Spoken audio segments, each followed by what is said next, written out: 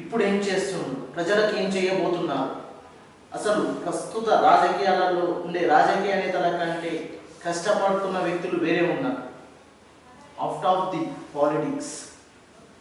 ఈరోజు మనం చూసినట్టయితే ప్రతి ఒక్కొక్క వ్యక్తిని ప్రతి ఒక్కొక్క రాజకీయ నేతను నేను వివరిస్తూ చూపించుకుంటూ వస్తున్నాను. అదే స్పెషల్గా ఈరోజు మనం జూపల్లి అనే గ్రామంలో ఉన్నాం. ఇక్కడ ఎవరిని చూసినా కష్టపడే వ్యక్తి ఎవరు అంటే అతనే జూపల్లి. జూపల్లి గ్రామంలో ఉండే వ్యక్తి, అతని పేరు జూపల్లి వెంకటయ్య యాదవ్. ప్రతి ఒక్కరికి బలుగు బలహీన వర్గాల కానుంచి తన దగ్గర చేసే వ్యక్తులు కార్యకర్తల కానుంచి వారి భావనలు చూడడం కానుంచి ప్రతి ఒక్కటి ఆయన చేసుకుంటూ వచ్చారు.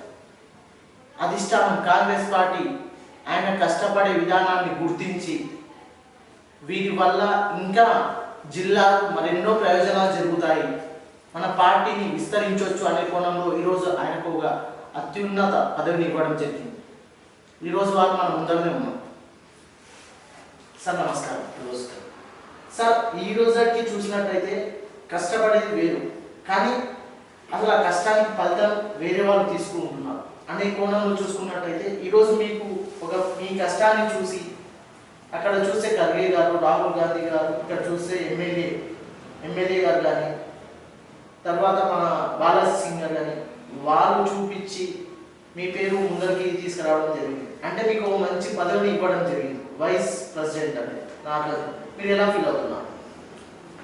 జేఎన్ఎస్ ప్రేక్షకులకు ధన్యవాదాలు.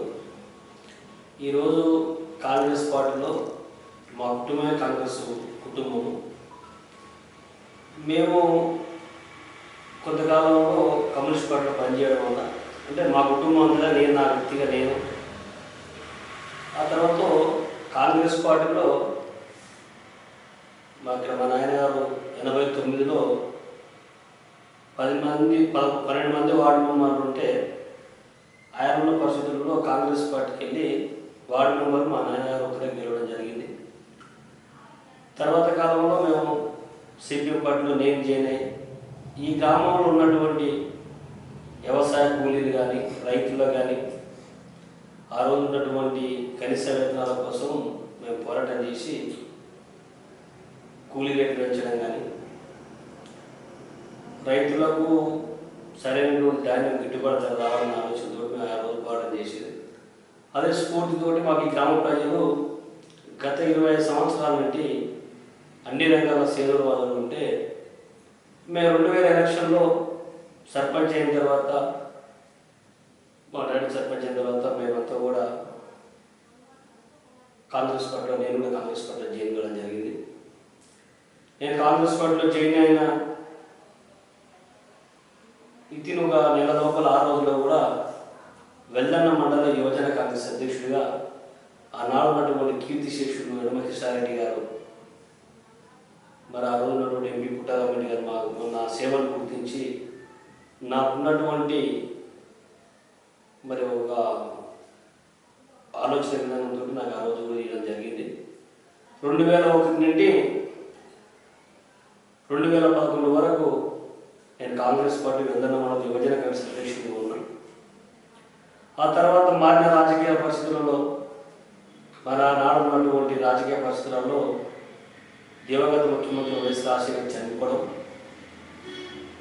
ఆ రోజు మీ అభిమానించిన నాయకుడు రాజశేఖర్ కుటుంబంతో పాటు కల్వకుతులు ఉన్నటువంటి మాజీ ఎమ్మెల్యే యనమకృష్ణారెడ్డి అన్న రైతుల పక్షంలో ఉన్నటువంటి వ్యక్తి కాబట్టి ఆయన ఆ రోజు వైఎస్ఆర్ కాంగ్రెస్ పార్టీలో జాయిన్ కావడం వల్ల మేము కూడా వైఎస్ఆర్ కాంగ్రెస్ పార్టీలో జాయిన్ అయ్యి ఆ రోజు మేము మండల కన్వీనర్గా పనిచేయడం జరిగింది. సార్, ఇంత మీ పొలిటికల్ ఎంట్రీ ఎలా ఇచ్చారు? మీరు పొలిటికల్ ఎంట్రీ ఇవ్వడానికి కారణం ఎవరు? మీ ఇన్స్పిరేషన్? నేను ఆ రోజు చిన్న ఉన్నప్పుడు, నేనైతే తక్కువ చదువుకున్నప్పుడు కూడా ఆ రోజు నేను మరి ఆ రోజు ఉన్నటువంటి ఒక గొర్రె కాపాడగా నేను మా కుటుంబంలో గొర్రె దాదాపు 12 సంవత్సరాలు పడ్డది. నేను తక్కువ 7th వరకు 6th వరకు 7th వరకు పోయినప్పుడు కూడా నేను వ్యవసాయం చేసుకుంటూ ఆ కాపాడుకున్నప్పుడు కూడా ప్రతి జెండా వందనానికి నేను స్కూల్ దగ్గరికి పోయేది, చదువుకున్న పిల్లలతో పాటు నేను ఉండేది. ఆ రోజు ఉన్నటువంటి ప్రజాప్రతినిధులు కానీ ఆ రోజు ఉన్నటువంటి నాయకులతో కూడా వేదిక మీద మాట్లాడుతుంటే ఏదో ఒక రోజు నేను కూడా వేదిక మీద మాట్లాడినటువంటి ఆలోచన నాకు అనిపించేది.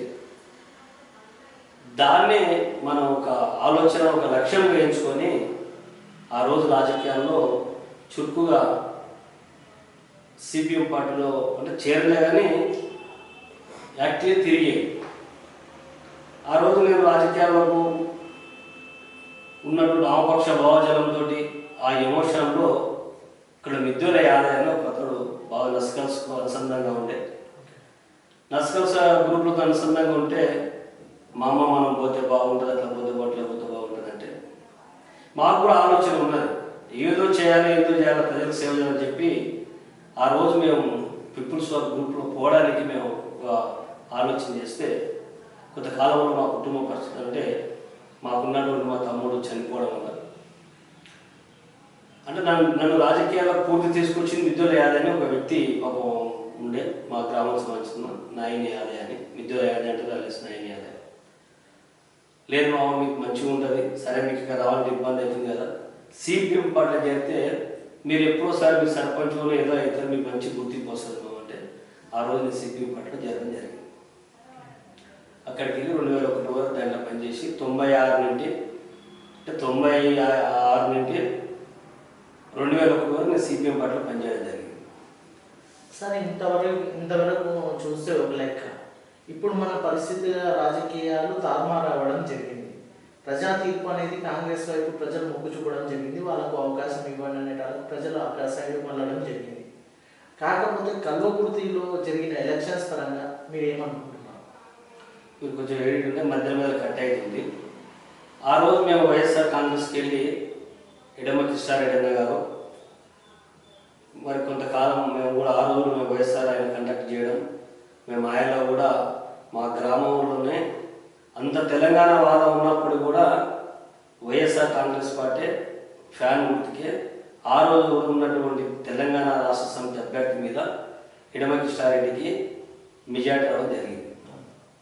తర్వాత కాలంలో మారిన కాలంలో తెలంగాణ వచ్చిన తర్వాత కొంతకాలం తర్వాత మా గురువు అయినటువంటి ఎడమ కృష్ణారెడ్డి కాంగ్రెస్ అట్లా వైఎస్ఆర్ టీఆర్ఎస్ పట్ల చేరడం వల్ల మేము కూడా అక్కడ పనిచేయడం జరిగింది.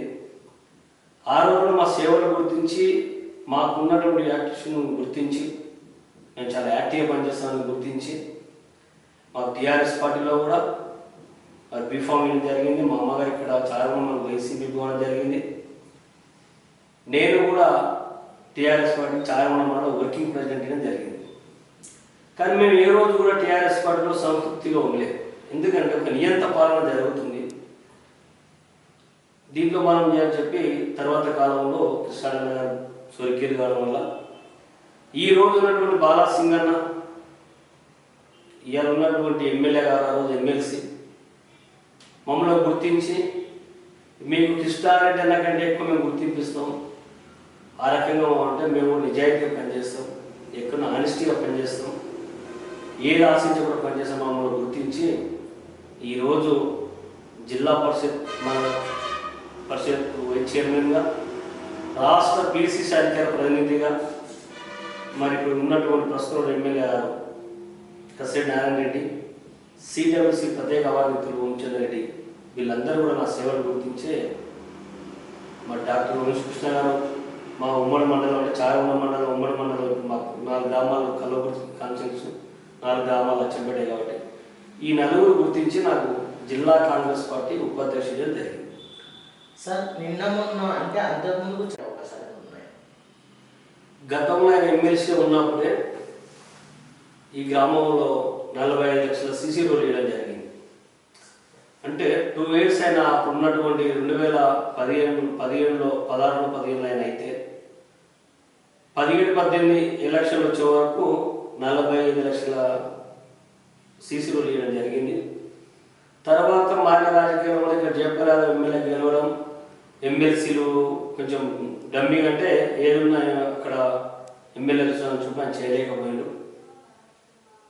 ఇప్పుడు మారిన పరిస్థితులను బట్టి ఆయనకి ఈ గ్రామంకి కూడా మెజార్టీ రావడం జరిగింది. మేమంతా కూడా అత్యున్నతమైన ప్రచారం గ్రామాన్ని తిరిగి గెలిపించడం జరిగింది. మిగతా గ్రామాల కంటే మా గ్రామానికి అనేక రకమైన అభివృద్ధి సహకరిస్తాడు. మేము గతంలో చేసినాం, రేపు కూడా చేయబోతామని మాకు నమ్మకం ఉంది. ఇప్పటి వరకు చూసినట్టయితే జైపాల్ యాదవ్ గారి వల్ల మీ ఊరికి ఎలాంటి లాభం చేస్తారు? జైపాల్ యాదవ్ 3 సార్లు ఎమ్మెల్యే ఉన్నారు. చెప్పుకోదగ్గటువంటి పనులు అయితే ఏం లేదు. అయితే కొంతమంది రాజకీయ పరంగా వాళ్ళు కూడా చెప్పుకుంటారు, అంటే కామన్ రాజకీయ నాయకులు ఉన్నప్పుడు 99 ఎన్నికల కంటే ముందు సబ్స్టేషన్ శాంక్షన్ కావడం జరిగింది. ఆ రోజు ఎమ్మెల్యే షాల్ గారు ఎమ్మెల్యే ఉన్నారు. ఇక్కడ స్థల సేకరణ కాక అక్కడ పునరు నాయకులు చేయలేకపోవడం వల్ల ఎన్నికలు 99 ఎన్నికలు జరగడం వల్ల ఆ రోజు జరగడం జరిగింది. ఆయన ఎమ్మెల్యే గెలవడం, కృష్ణా ఎమ్మెల్యే ఓడిపోవడం, ప్రభుత్వం మారడం, జైపాల్ గెలవడం వల్ల ఈ పునరుడు సబ్స్టేషన్ ఆయన ఖాతా రావట్లేదని మనం అనుకుంటాం. అంతే తప్ప ప్రత్యేకంగా చేసిందంటే ఏమి ఉండదు.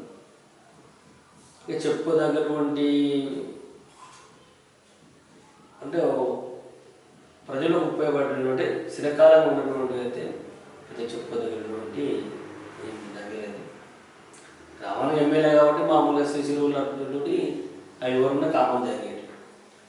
అంటే ఇది నేను అడిగేది నార్మల్ క్వశ్చన్, ప్రజల అంటే టోటల్ తెలంగాణ గురించనా? ప్రతి రాజకీయ నేత ఎంత మంచిగున్నా సీఎం సీట్లోకి వచ్చే కాలకు వాళ్ళ స్వలాభిమానం కోసమే ఆలోచిస్తారు అంటారు. కాకపోతే ఒకవేళ నార్మల్గా మీరు ఏం అనుకోకుంటే ఒకవేళ మీ ఇంట్లోనే జనాలు సీఎంగా కూర్చోబెట్టి ఉంటే మీరు ఎలా చూసేవాళ్ళు? అంటే మీ స్వలాభం కోసం చూసేవాళ్ళ? దాని గురించి మాట్లాడుకోవడం మంచిది, మన స్థాయి తగ్గుతుంది. ఓకే, అయిన వాళ్ళ గురించి మాట్లాడడం కదా, మీరే అనేది స్థాయి తగ్గుతుంది, మాట్లాడుకోవడం మంచిది. ఓకే. ఇంకో విషయం, ఇంకో పాజిటివ్ ఏంటంటే జూపల్లిలో ఇంతవరకు ప్రతి సర్పంచ్ గెలవడం జరిగింది. తన వల్ల జనాలకి ఏం జరిగిందో జరగకపోవడం అది మీకు తెలుసు, జనాలకు తెలుసు. ఇప్పుడు వచ్చే సర్పంచ్ కాంగ్రెస్ టికెట్ ఇస్తే అది ఎవరికైనా ఇవ్వండి, మీ జూపల్లి గ్రామం డెవలప్ అవుతుంది కదా? ఈ గ్రామంలో గత 20 సంవత్సరాల నుండి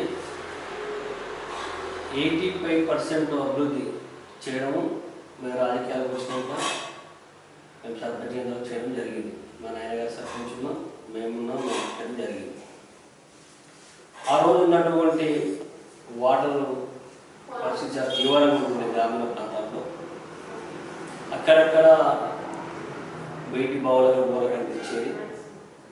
2001లో ఎలక్షన్ తర్వాత మేము సర్పంచ్ అయిన తర్వాత మా డాడీ గారు మేము కానీ సర్పంచ్ అయిన తర్వాత నుండి దాదాపు 2013 వరకు నీళ్ళ సమస్య లేకుండా మేము అనేక రకాల ఈ గ్రామానికి ఆ రోజు ఉన్న పరిస్థితుల్లో అభివృద్ధి చేయడం జరిగింది. ఈ వేసిన సీసీలు కూడా 80% మేమేసినవే ఉన్నాయి. ఆనాడు కాంగ్రెస్ గవర్నమెంట్ ఉన్నది, మేము సర్పంచ్ ఉన్నాం, మాకు పార్టీ పరంగా కాంగ్రెస్ పార్టీ ఎంపీలో మాకు అంత సహకారం ఉన్నది, చేయడం జరిగింది. గ్రామ ప్రజలు మా పట్ల గుర్తుపెట్టుకున్నారు. రాజకీయాల్లో గెలుపుకోవడం సాధ్యం, రాజకీయాలన్నప్పుడే గెలుపుకోవడం సాధ్యం. కాబట్టి మేము ఒకసారి గెలిచినా ఓడినా ప్రజల పక్షాన్ని ఉన్నాం. కాబట్టి ఈ రోజు వరకు ఈ గ్రామంలో ప్రజలు మా మీద విశ్వాసం, నమ్మకం ఉంటారు. తన దగ్గర పోతే పని చేయగలుగుతాడు, తన దగ్గర మాట ఇస్తే మాట మీద ఇవ్వగలుగుతాడు, ఏదైనా ఆపద సుగా ఆదుకోగలుగుతాడు. తన ఆపద ఉన్నప్పుడు తన దగ్గర ఉండి ఆ పనిని అయినంత వరకు వదిలిపెట్టి ఉన్నారు. కొన్ని కాలంలో ఓడిపోవచ్చును, ఓడిపోయిన ఎంబడి మేము 170 ఓట్లతో ఇంతమంది రాజకీయ నాయకులు కలిసి ఆ రోజు చేస్తే తర్వాత జరిగిన స్థానిక సంస్థ ఎన్నికల్లో ఎంపీటీసీగా 900 మెజార్టీ, నారాయణ జిల్లాలోనే మన మెజార్టీ. తాలూకాలు అయితే చుక్కాపురం అది అక్కడ రంగారెడ్డి కింది కాబట్టి మాకు 970 మెజార్టీ ఇవ్వడం జరిగింది ఆ రోజు ఈ గ్రామ ప్రజలు. ఈ రోజు వరకు మేము గ్రామ ప్రజలని అనుసరించి గ్రామానికి అది కావాల్సి ఉంటే మా వంతుగా మేము ఇప్పుడు కూడా అభివృద్ధి చేయడానికి ముందుండి పనిచేస్తున్నాం. కొన్ని కారణాలు ఏంటంటే గ్రామ అభివృద్ధి కావాలంటే 2001లో ఎంపీ పైగా ఉన్నది, సారీ 2006 అప్పుడు చేయలేకపోయింది. ఈ గ్రామంలో 2 కోట్ల సీసీ రోడ్ వేసే అవకాశం ఉంది. ఈ గ్రామంలో కనీసం 25 మంది యువకులని ఏదో రకంగా అభివృద్ధి పరచాలి, వాళ్ళకి ఒక రకమైనటువంటి అవకాశం కల్పించాలని మాకు లక్ష్యం ఉండే, కానీ అది చేయలేకపోయింది. కాబట్టి రేపు జరగబోయే ఎలక్షన్లో ప్రజలంతా మా పక్షాన్ని ఉంటారని ఆశిస్తున్నాం. ప్రజలు ఒకవేళ మాకు అవకాశం ఇస్తే ఈ గ్రామాన్ని అన్ని రంగాల్లో డెవలప్ చేయడానికి ముందడుగేస్తాం. మేము ఒకసారి 2001 6 వరకు చేసిన పనులు ఈరోజు కాంగ్రెస్ పార్టీ అధికారంలో ఉంది, కాంగ్రెస్ పార్టీ ఎమ్మెల్యే ఉన్నారు, రాష్ట్రంలో అన్ని రకాల కాంగ్రెస్ పార్టీకి అనుకూలంగా ఉంది. కాబట్టి ఈ గ్రామాన్ని నేను కానీ నా 25 సంవత్సరం నడిచినటువంటి అందరూ కార్యకర్తలకు నాయకులకు నాకు అన్నదమ్ములు పనిచేసిన వాళ్ళు అందరూ కూడా చాలా యాక్టివ్గా చాలా నిజాయితీగా ఆనిస్ట్గా పనిచేసిన వాళ్ళు ఉన్నారు. దానికి తోడు 25 సంవత్సరాల నుండి ముజ్జిబయ్యే మార్గాన్ని రాజకీయ పరంగా విరుద్ధంగానే ఉండేది. కొంత ఇంటర్నల్ ఒకసారి వాళ్ళు గెలిచినా ఒకసారి మేము గెలిచినా ఒక గ్రూప్ రాజకీయాలుగా ఉండేది.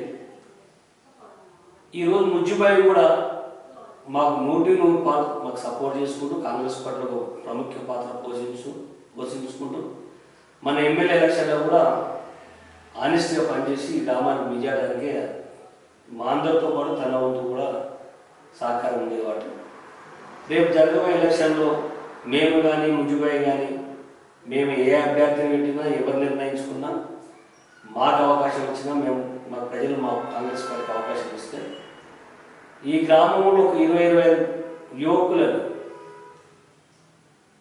పర్మనెంట్గా వాళ్ళకు సోర్స్ ఉండే అవకాశం, ఆ శక్తి సమర్థన కల్పించే అవకాశం మేము చేస్తాం. ఏ రకంగా చేస్తామనేది దాన్ని సమయం వచ్చిన సందర్భం వచ్చినప్పుడు చేస్తాం. మాకు ఇక్కడ సొంతం ఉంది. ప్రతి సంవత్సరానికి 5-6 లక్షల గ్రామానికి ఆదాయం వస్తుంది. మాకు ఇక్కడ రెవెన్యూ కూడా మాకు ఉన్నటువంటి ఏంటంటే మాకు రెవెన్యూ కూడా ఎక్కువ వస్తుంది మా గ్రామానికి మిగతా గ్రామాల కంటే. నిధులు కూడా వస్తాయి. కాబట్టి మాకున్న పరిచయాలతోటి మాకున్న ఆలోచనలతోటి ఎమ్మెల్యేలు కానీ మంత్రులు కానీ ప్రయత్నం చేస్తే మాకు ఇట్లా అవకాశం వస్తే ఈ 10 సంవత్సరాలు జరిగినటువంటి అభివృద్ధిని 5 సంవత్సరాలు చేసి చూపిస్తామని చెప్పి మీ ఛానల్ ద్వారా ఈ గ్రామ ప్రజలకు తెలియజేయడం జరుగుతుంది. సార్ ఇంతకే మన పక్క గ్రామం మాత్రమే కొండారెడ్డిపల్లి వ్యక్తి సీఎం కావడం మీరు ఏ విధంగా చూస్తారు? మన పక్క గ్రామము మన జిల్లా వాసి ఉమ్మడి మహబూబ్నగర్ జిల్లా వ్యక్తి కాబట్టి ముఖ్యమంత్రి కావడం వల్ల మనం వెంకటికి లేక తిరుపతి పోయి వస్తే డబ్బు కొమ్మలతో ఎదురుగా పోయేదంట. అంతకంటే ఎక్కువ ఫీల్ అవుతున్నాం, అంతకంటే ఎక్కువ ఆనందం సంతోషపడుతుంది. సార్ మీరు దాదాపు ఎన్నోసార్లు రేవంత్ రెడ్డి గారిని చూసుకుంటారు గ్రామంలో కానీ లేకపోతే బయట పొలిటికల్ ఆయన ఎలా ఉంటారు? మేము రేవంత్ రెడ్డిని దగ్గరగా ఎప్పుడు చూడలేదు, మాకు సంబంధాలు కూడా ఏం లేదు. కానీ చెప్పగా విన్నాం, ఏదైనా పట్టుబడుతూ వదిలేడు, అనుకున్న సాధిస్తాడు. మొదటి కూడా చదువుకున్నప్పుడు స్టూడెంట్ ఉన్నప్పుడు కానీ తర్వాత ఆయన ఏదైతే వృత్తి చేయించుకున్నాడో ఆ వృత్తిపరంగా కానీ తర్వాత రాజకీయ పరంగా కూడా అనుకున్న సాధిస్తాడు. వెనకాడి అన్నటువంటి పేరు అయితే విన్నాం. చాలా వరకు చెప్పారు పెద్దలు చెప్పింది. రాష్ట్రాన్ని కూడా డాక్టర్ వైఎస్ రాజశేఖర రెడ్డి మాదిరిగా పరిపాలన చేసుకుంటూ ప్రజల గుండెలో నిలిచిపోతారని అది 100% మేము నమ్ముతున్నాం. మన ఉమ్మడి జిల్లా ప్రజలు నమ్ముతున్నారు, రాష్ట్ర ప్రజలు కూడా నమ్ముతున్నారు. సార్ ఇప్పటివరకైతే చూసినప్పటికీ చాలా ఇప్పుడు అసలు డిఫరెంట్గా ప్రజలు మారిండు. ఇప్పుడు రాజకీయాలను మార్చింది ప్రజలే అన్నది మీకు ఎలా అనిపిస్తుంది? చరిత్రలో మన చరిత్ర చూసినట్టయితే ప్రజా ఉద్యమం జరిగినా ఏ ఉద్యమాలు జరిగినా మార్పు ప్రజలు కోరుకుంటున్న మార్పు అవుతుంది. కాబట్టి ఆనాడు తెలంగాణ సాహిత్య పోరాటం కానీ రైతాంగ సాహిత్య పోరాటం కానీ మనం చూసినటువంటి తెలంగాణ ఉద్యమం కానీ తెలంగాణ ప్రత్యేక రాష్ట్రం ఏర్పడడం కానీ ప్రజలు ఊరుకున్నప్పుడు, ప్రజలు తిరగబడ్డప్పుడు ప్రజల రకమైనటువంటి ఒక కసి పెంచుకొని పోరాటం చేస్తేనే మార్పు వస్తుంది. కాబట్టి ఈ రోజులో కాంగ్రెస్ పార్టీ తెలంగాణలో ఒక రాచరిక పాలన, ఒక దురల పాలన, ఒక నియంత పాలన నడుస్తుంది. కాబట్టి మూడోసారి అధికారంలోకి వస్తే ఇంకా కూడా నియంత పాలన అయితే ఒక ఆలోచనతోటి నాయకుడు లేనప్పటికీ కూడా ప్రజలే నిర్ణయించుకున్నారు. కాంగ్రెస్ పార్టీకి నాయకుడు కన్నా ముందు ప్రజలు నిర్ణయించుకున్నారు. ఈసారి టీఆర్ఎస్ అండ్ బీఆర్ఎస్ పార్టీని ఓడించాలి, కాంగ్రెస్ పార్టీకి అధికారంలో తీసుకురావాల్సి ప్రజలు నిర్ణయించుకున్నారు.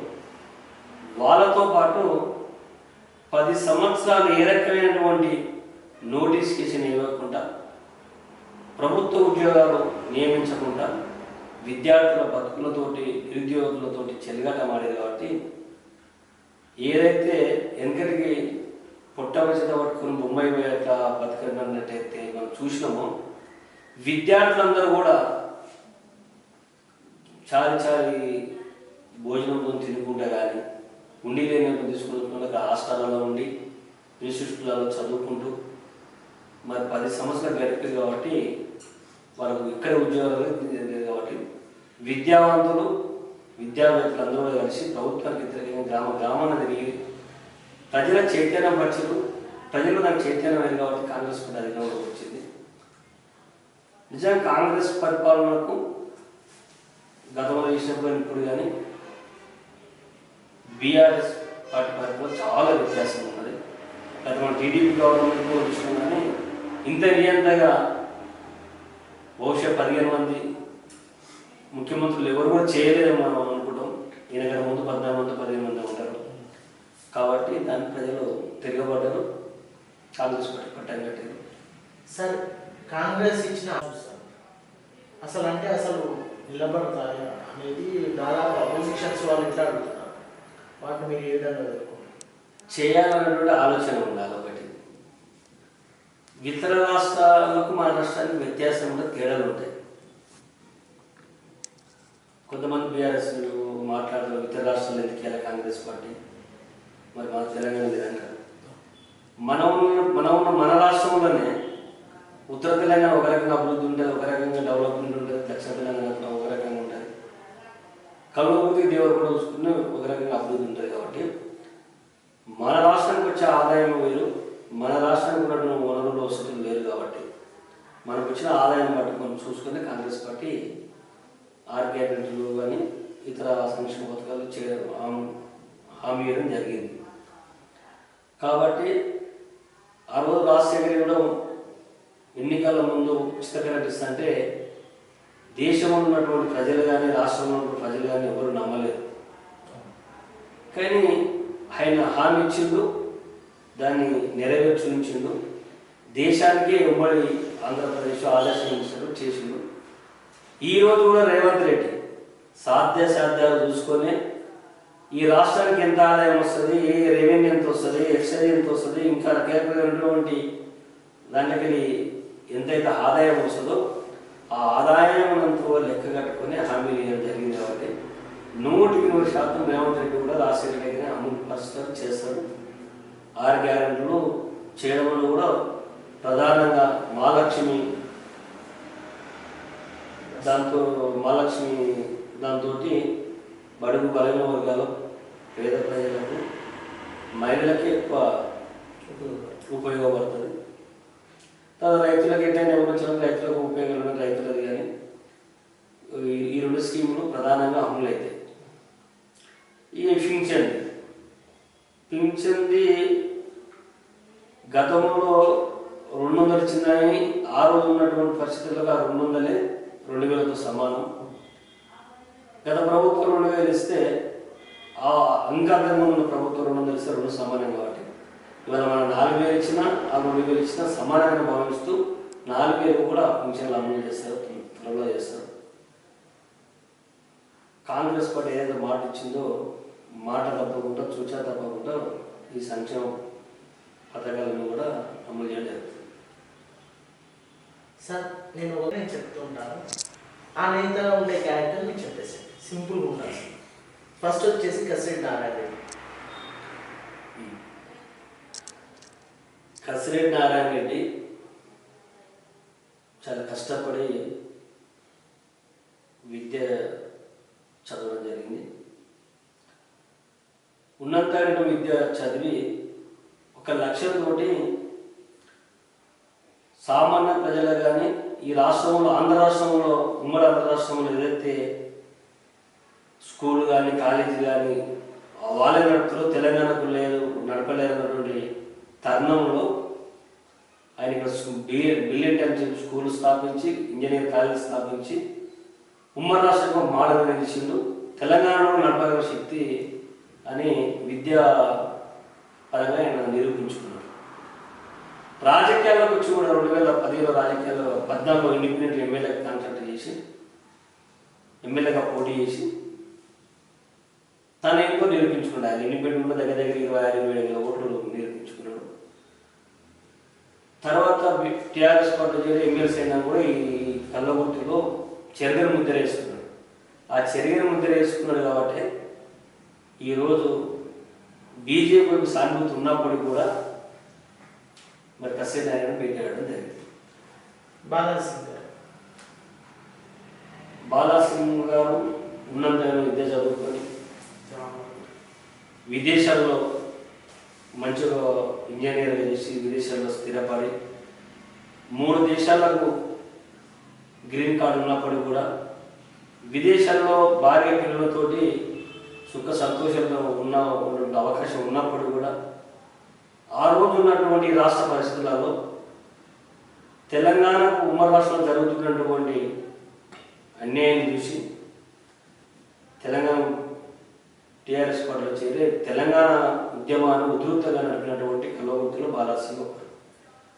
ఆ రోజు పెద్ద పెద్ద నాయకులు కల్లగుర్తులు ఉన్నప్పటికీ కూడా పెద్ద పెద్ద నాయకులు ఎమ్మెల్యేలు మాజీ ఎమ్మెల్యేలు తెలుగుదేశం కాంగ్రెస్ ఉన్నప్పటికీ కూడా ఒక బాలాసింగ్ అనే వ్యక్తి ఆయన్ని వదులుకున్న గ్రీన్ కార్డులు అవన్నీ వదులుకొని వచ్చి గ్రామాన తెలంగాణ ఉద్యమాన్ని జెండా వార్తి తెలంగాణ ఉద్యమాన్ని ఉధృతం చేసి మలిదేశ ఉద్యమానికి తన శక్తివంతన లేకుండా ఉద్యమం చేసి చేయడం జరిగింది.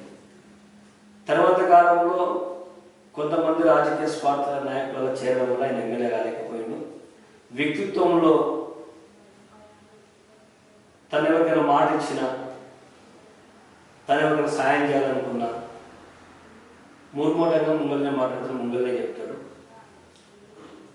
తను ఎమ్మెల్యే అయ్యేది ఉండే ఎప్పుడోసారి అదృష్టంతో రాజకీయ కారణాల వల్ల వాళ్ళ సామాజిక వర్గం మనం మేము అనగానే అందరు కానీ ఒక్కరు అతి తక్కువ సామాజిక వర్గం కూడా ముఖ్యమంత్రి అయిన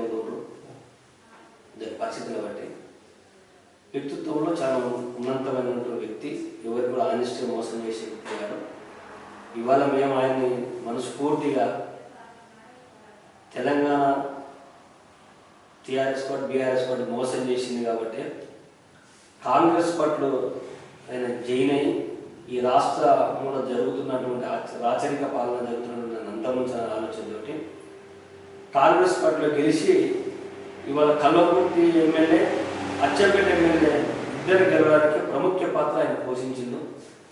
దాని అధిష్టానం కూడా గుర్తించి ఇవాళ రాష్ట్ర ప్రదేశ్ కాంగ్రెస్ పార్టీ అధికార ప్రతినిధి జరిగింది. రేపు జరగబోయే స్థానిక ఎమ్మెల్సీ ఎన్నికల్లో అధిష్టానం ఆలోచన చేస్తుంది. పెద్దల దగ్గర పేరు కూడా అందరి దగ్గర ముఖ్యమంత్రి స్థాయిలో ఉంది బాలాసింగ్ ఎమ్మెల్సీ వాళ్ళని. ఒక బీసీ నేతగా ఉద్యమ నేతగా 16 సంవత్సరాల ఆస్తులు పోగొట్టుకొని తెలంగాణ ఉద్యమం కోసం పనిచేసినటువంటి వ్యక్తికి కాంగ్రెస్ పార్టీలో సంస్థ స్థానం ఇస్తారు, ఎమ్మెల్సీ ఇస్తారు. ఇంకొక రకంగా చెప్పండి, జిల్లా పరిషత్ వైస్ చైర్మన్ ఉన్న నాగరం జిల్లాకు ఈ జిల్లాలో 4 తాలూకాలు ఉన్నాయి. 4 తాలూకాల్లో సంవత్సరాలతో సంబంధాలు ఉన్నాయి. అధిష్టానం గుర్తించి ఇస్తే ఉమ్మడి జిల్లాలో కూడా ఉద్యమ స్ఫూర్తి ఉద్యమ చేసిన తెలంగాణ ఉద్యమంలో పరిచయాలు ఉన్నాయి కాబట్టి వారి మెజార్టీని గెలవడానికి అవకాశం ఉంటుంది. పార్టీ కూడా ఒక బీసీ నాయకుడికి ఇచ్చినట్టు జిల్లాలో ఉన్నటువంటి పరిస్థితుల్లో బీసీ నాయకుడు, వెనుకబడ్డటువంటి తరగతుల నాయకుడు కాబట్టి ఎమ్మెల్సీ కాంగ్రెస్ పార్టీ ఇవ్వాలి.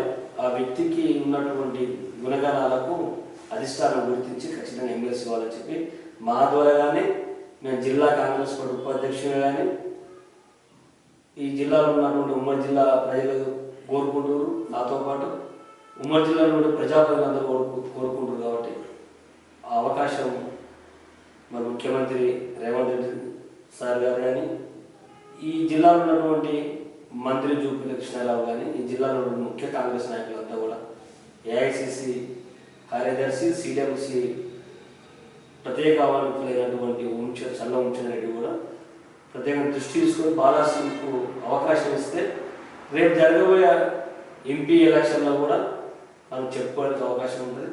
భవిష్యత్తు జరగబోయేటువంటి 2028 ఎలక్షన్లో కూడా ఆ ప్రభావం తాలూకాల మీద ఉంటుందని చెప్పి మేము భావిస్తాం. సార్, గ్రామ ప్రజలకు మీరు ఏమైనా చెప్పదలుచుకున్నారు? జూపల్లి ప్రజలకు మేము ఒక్కటే చెప్తున్నాం, ఫైనల్ ఇది రావు కూడా మా నాయకులు స్పష్టంగా చెప్తున్నాం.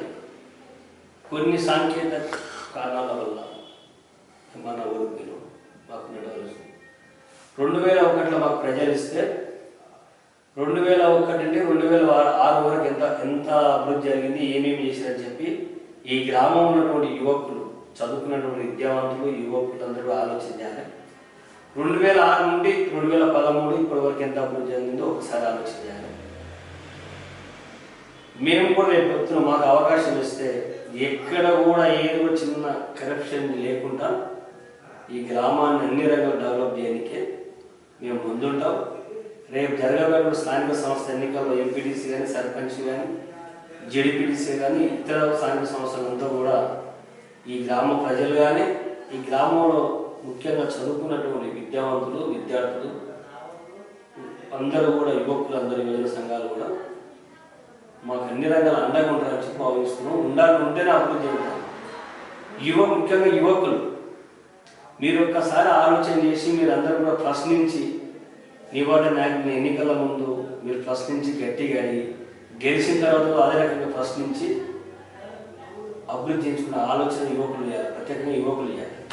కాబట్టి మేము మాకు విశ్వాసం, నమ్మకం ప్రజల మీద ఈ 2006 నుండి 13 ఇప్పటి వరకు, బహుశా 13 ఇప్పుడు వరకు 24 వరకు జరిగినటువంటి అభివృద్ధి 5 సంవత్సరాలు చేసి చూపెడతాం.